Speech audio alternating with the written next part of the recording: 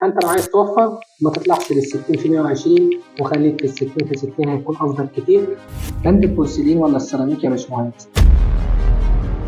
مساء الفل، انا باشمهندس فرانوب من شركه ديكورين. هتكلم معاكم على معلومه بسيطه في بند البورسلين. بند البورسلين ولا السيراميك يا باشمهندس؟ طيب 60 في 60 ولا 60 في 120؟ طب احنا هنشتغل بايه وهنعمل ايه؟ كل الاسئله دي بتيجي في بالنا واحنا بنبتدي نشتغل. لما نجيب الصنايعي بتاع السيراميك اللي هيشتغل عندك، اول يعني المساحه بتاعه البلاط هتبقى 60 في 120، اذا دي بتندرج تحت المساحات الكبيره. المساحات الكبيره يعني ايه؟ يعني تتاكد بماده او بمونه وماده.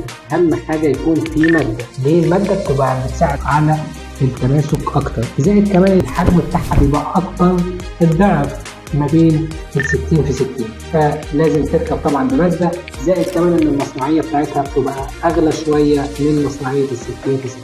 فانت لو عايز توفر ما تطلعش لل 60 في 120 وخليك في ال 60 في 60 هيكون افضل كتير، وهتشتغل بيها ان كانت كمصنعيه او ان كانت الخامه السيراميك نفسها لو كنت هتشتري قطع ليزر من كليوباترا او ايا يكن من الشركه اللي انت حضرتك هتشتري منها. فعلشان توفر في بند السيراميك دي افضل طريقه للتوفير فيها.